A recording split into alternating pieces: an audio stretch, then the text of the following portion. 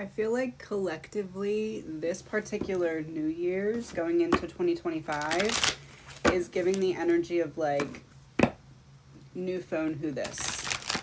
It feels like there's a lot of acceptance of what needs to be left in the past, of what needs to be left in 2024. There's been a lot of secrets revealed with the High Priestess in reverse, and I also have Eight of Swords in reverse. So you're freeing yourself from the weight of carrying things. It's like you're tired of trying to figure things out. You're trying to figure out the why. You're trying to figure out the how. You're trying to figure out the connection, or when did this start, or why did this happen. And going into this new year, you're like, I don't care.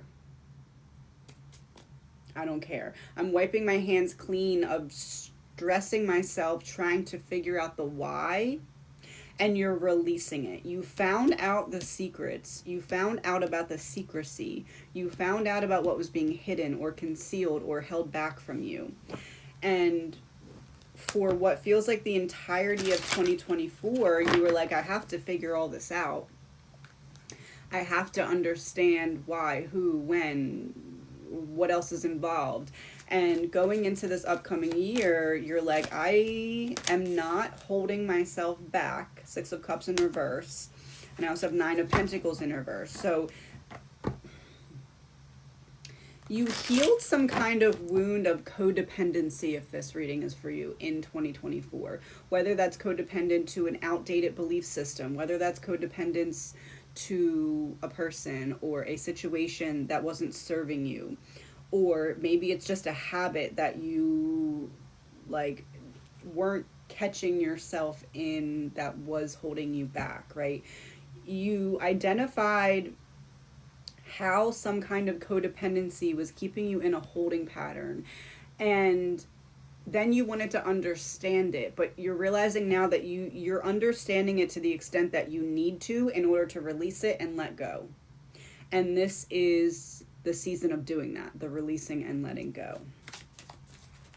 And it feels like going into this New Year's, it's almost like a shedding.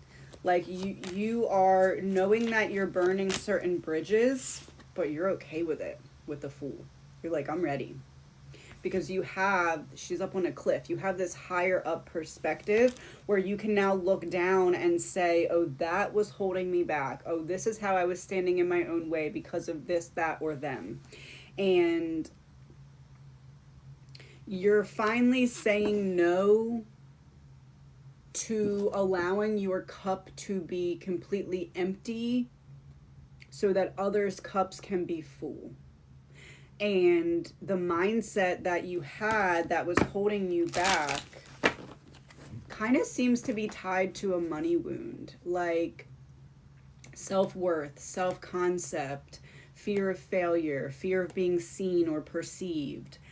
Whatever the codependency wound was, it was tied to one of those other wounds. And because it's no longer able to hold you back in the same way, whatever abundance, you mastered the emotion here with the King of Cups. You mastered the energy of facing it instead of running from it, of accepting it instead of denying it. And that's all it needed. The Devil on the bottom of the deck. That's all it needed. You saw your shadows for what they are, just parts of you that in order to avoid being seen, they convinced you that they were unworthy of it, so that you would stop trying to see and bring light to those parts of yourself, because that's how we get stuck in this holding pattern by this guy. So there's this feeling now of you broke the mindset that was keeping you codependent to what your shadows were telling you was the truth. And now you're free to make some kind of abundance step forward, whether that's in safety, security, finances, career, connections, networking, friendships. It's like there was this bungee cord that this entire year of 2024, it was like starting to break, okay? It was starting to fray. And something you've done within the last month pulled it just enough that it broke. And now that bungee cord is no longer attached to you, and you are free to take leaps forward now, away from the effects of the past codependency wound.